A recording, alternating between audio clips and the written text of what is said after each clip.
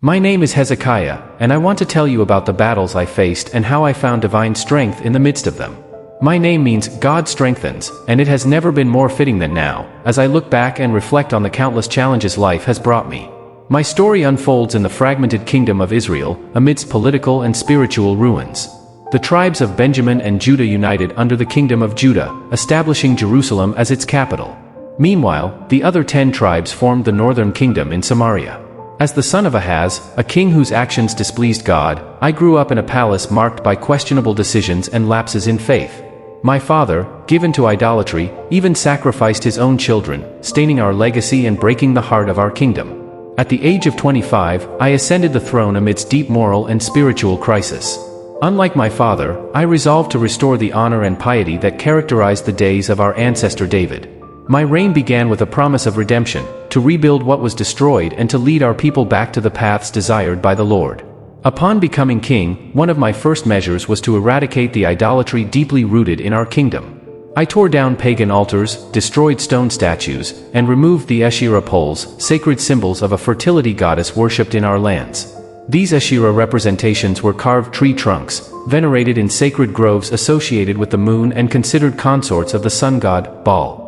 The worship of Asherah was a constant stumbling block for Israel, a legacy of our incomplete conquest of Canaan. Even Solomon, with all his wisdom, succumbed to these idolatrous practices. In addition to idolatry, the condition of the temple and our Levites, the priests, was deplorable. The Levites, descendants of Levi, had neglected their duties under my father's reign. The temple gates were closed, the lamps extinguished, and the essential sacrifices for our worship abandoned. Realizing the gravity of the situation, I determined it was essential to reopen and purify the temple.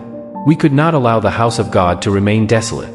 In my journey of spiritual renewal, I encountered a symbol of devotion that had been perverted, the bronze serpent created by Moses, which had become an object of idolatry. The people burned incense before it, calling it Nustan, merely a bronze artifact. It was tragic to see how a divine instrument of healing had become an idol. I decided not to repeat the mistakes of the past and to break away from my father's practices, choosing a path of faithfulness to God. I summoned the priests and Levites, reminding them of their sacred calling. It was essential for them to return to their original purpose of serving and glorifying the Lord. My faith in the God of Israel was deep, and I faithfully followed his commandments given to Moses.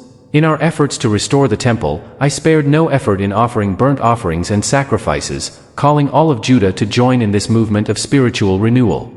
After the purification of the temple and our hearts, I invited the people to bring their personal offerings, reaffirming the temple as the center of sacrifice and individual worship. The people's response was astounding. They came with a burning desire to honor God through their sacrifices. Their dedication, once given the opportunity, astonished the priests and reflected the restorative power of true communion with the divine.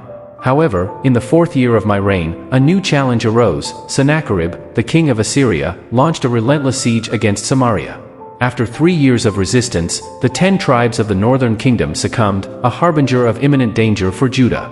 The events in the north served as a grim warning. I could see firsthand the tragic consequences of unfaithfulness to the God of Abraham. The catastrophic fall of the northern tribes was a bitter lesson, showing the fate that could await us if we strayed from the path established by God.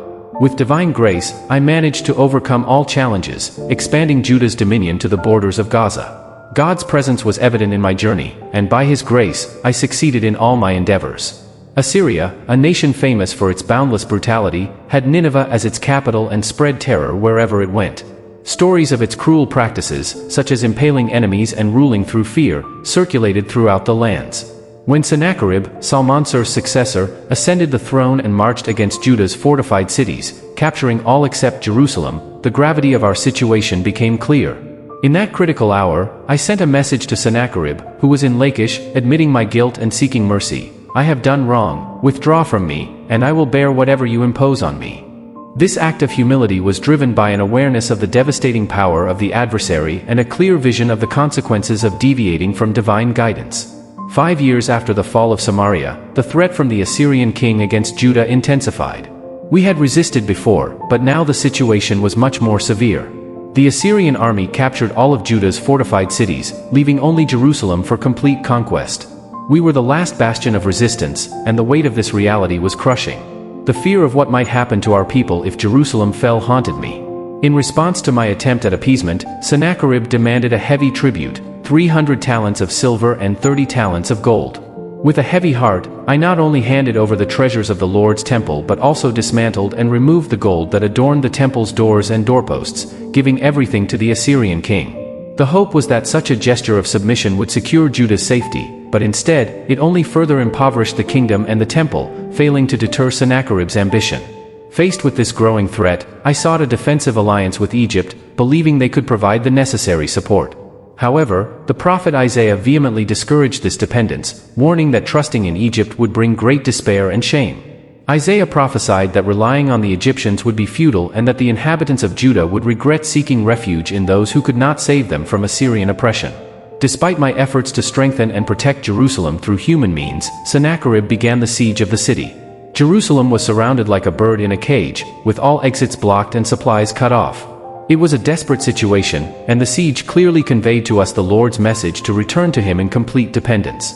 At the height of the siege, as hunger and despair spread through the city, I fervently cried out to the Lord in the temple. I sought His guidance and divine intervention in the face of the imminent Assyrian threat.